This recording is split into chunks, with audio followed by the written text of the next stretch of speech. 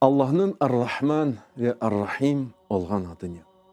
Aziz vatandaşlarımız, dindaşlarımız, bugün Rusya'nın Ukrayna'ya karşı sürdürgen ve Kırım işgalinden başlangan cenknin ağır günlerinde her birinizin yüreğine seslenen.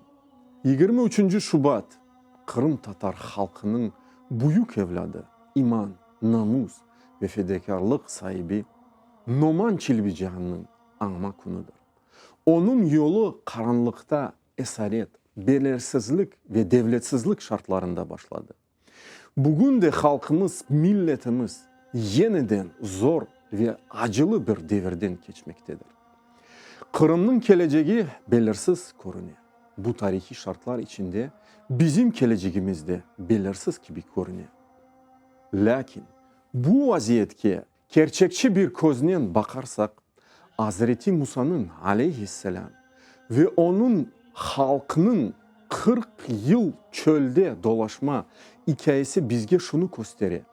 Bu bir ceza değil, bir hazırlıktı. O yıllardan geçmek gerekirdi. Çünkü kavmin yani milletinin içten değişme, güçlenme ve temizlenmesi, sorumluluk ve birlikte olmaya öğrenmesi gerekirdi. Bugün bizim alımızda böyle görünüyor. Bu teşkilatlarımızga ya da kişilerge karşı bir tenkit değildir. Bu bir gerçeğin tasdiklamasıdır. Kırım'ı bizim için kimse geri kaytarmayacaktır. Toprağımızı, ana yurdumuzu bizim için kimse korçalamaz. Kuçumuzu toplamak gerekmelimiz.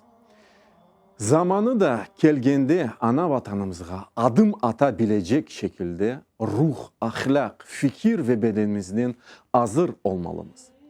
Biz hazır olduğumuz zaman ise Yüce Allah bizge zafer mutlak nasip edecektir. Evet, bu yol zordur. Bugün bazılarımızga erişilmesi imkansız bir hayal gibi görünebilir. Ama tökülgen kanı unutmamalıyız. O kanın boşuna akmadığına inanmalıyız. Yüce Allah'ın hikmetine inanmalıyız. Çünkü o milletlerini imkanlar vasıtanın belirli bir maksadlarına eriştirir. Hepimiz bu yolda kendi payımızga düşkenini yapmalıyız. Eğer birimiz yürek ve aklımızda niyet ve muradımızı kararlaştırmalıyız. Avdet, namus ve serbestlik çerçevesinde ve Allah'ın izinle halkımız Hazreti Musa'nın aleyhisselam kavmi gibi kendi çöl dolaşmasını tamamlayacaktır. Biz inanamız, biz hatırlayımız, biz mücadele etemiz. Eğer birimiz olgan yerinde vazifemizni yerine getiremiz.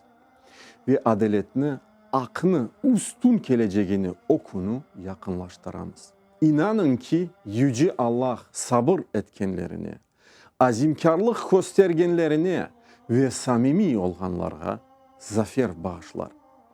Noman Çilbican'ın hatırası aziz olsun.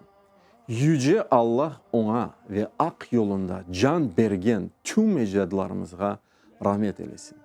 Halkımız güçlü olsun. Kırım, Ukrayna birliktedir. Mücadelemiz devam eder.